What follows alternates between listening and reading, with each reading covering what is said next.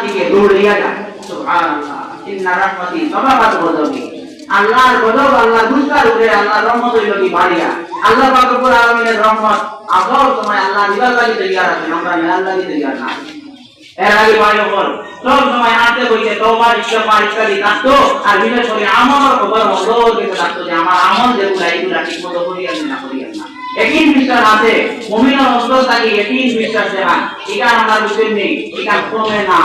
আল্লাহ আমার পরিচয় যে এটার মধ্যে এটার নূর কমে, এটার নূর কমে বলে এটির নূর কমে কোন সময় বলে যে সময় অনেক আমল প্রমাণিত করে বদামলি মাত্রা বাড়ানিত করে ওই সময় নূর কমে যায়। আর যে সময় বদামলি সাহায্য করে আর দেখি আমল বেশি বেশি করে এই সময় মুমিনের ঈমানের নূর বাড়ে সবার মানে।